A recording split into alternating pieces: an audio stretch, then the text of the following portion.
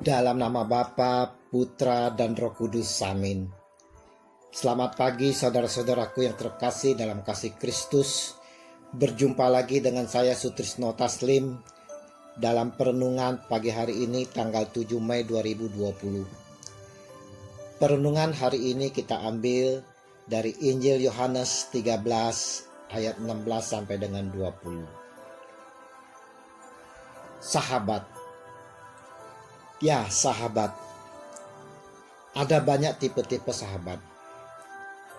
Ada sahabat yang memperhatikan kita. Ada yang peduli dengan kita. Ada juga yang acuh tak acuh. Yang paling menyakitkan adalah sahabat yang menusuk kita dari belakang. Dan inilah musuh yang paling berbahaya, musuh dalam selimut. Saya pernah mengalami saat menjadi sales manager, di mana sahabat dekat saya tarik untuk bekerja menjadi satu tim. Setelah beberapa bulan bekerja, dia yang adalah sahabat karib mulai menusuk saya dari belakang. Dia membuat laporan-laporan kepada atasan yang fiktif. Dia juga sering menyampaikan hal-hal yang tak pernah saya lakukan kepada atasan saya. Yang selama ini atasan saya sangat percaya pada saya. Sejak itu tak percaya lagi. Apalagi laporan-laporan fiktif yang disampaikan kepada atasan. Sungguh menyakitkan sekali. Saya sungguh dikhianati.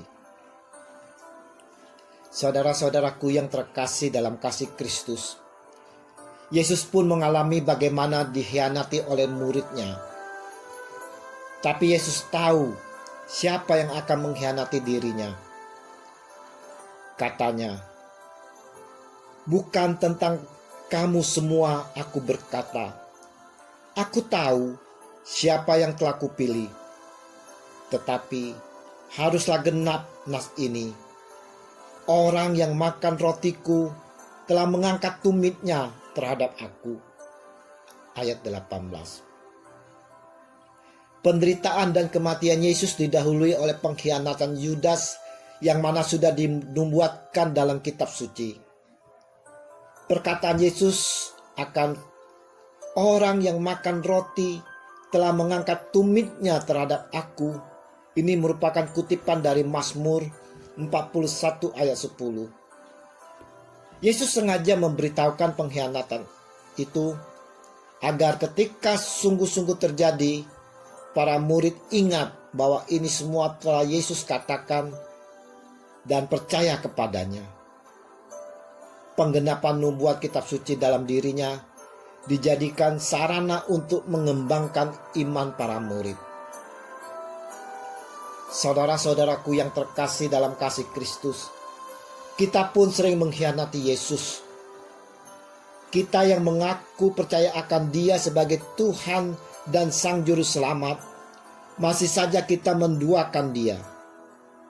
Kita yang telah dibaptis di dalam nama Bapa, Putra, dan Roh Kudus, namun kita sendiri acuh akan perkataannya. Kita meninggalkan Dia, meninggalkan doa, meninggalkan gereja, persekutuan. Kita sibuk pekerjaan kita sehingga tak ada waktu lagi untuk Tuhan. Tak ada waktu untuk berdoa dan ke gereja. Demi kepopuleran, demi jabatan, demi posisi, tender di BUMN, kita menjual Yesus. Bahkan demi hidup yang tenang, dari semaraknya kebencian para masyarakat mayoritas, kita pun tak mau mengakui identitas kita sebagai orang Kristen di depan umum. Masih banyak Yudas-Yudas masa kini yang mengkhianati Yesus. Inikah namanya murid yang baik, domba yang baik, sahabat yang baik? Kalau kita menyebut diri murid Yesus, murid yang bagaimanakah kita ini? Kalau Yesus menyebut kita sahabatnya, Sahabat macam apakah kita ini? Yang setia, taat, atau musuh dalam selimut? Saudara-saudaraku yang terkasih dalam kasih Kristus, renungan hari ini mau mengajak kita bercermin, melihat diri kita sendiri. Apakah kita sudah layak disebut murid Yesus?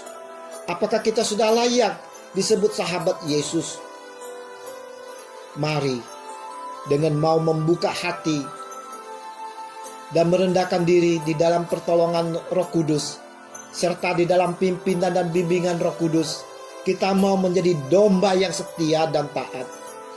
Kita mau selalu mensyukuri atas pengorbanan gembala kita Yesus Tuhan, dengan selalu mau berjalan di belakang dalam tuntunan Yesus kita. Kemuliaan kepada Bapa dan Putra dan Roh Kudus, seperti pada permulaan, sekarang, selalu, dan sepanjang segala abad. Amin. Dalam nama Bapa, Putra, dan Roh Kudus. Amin.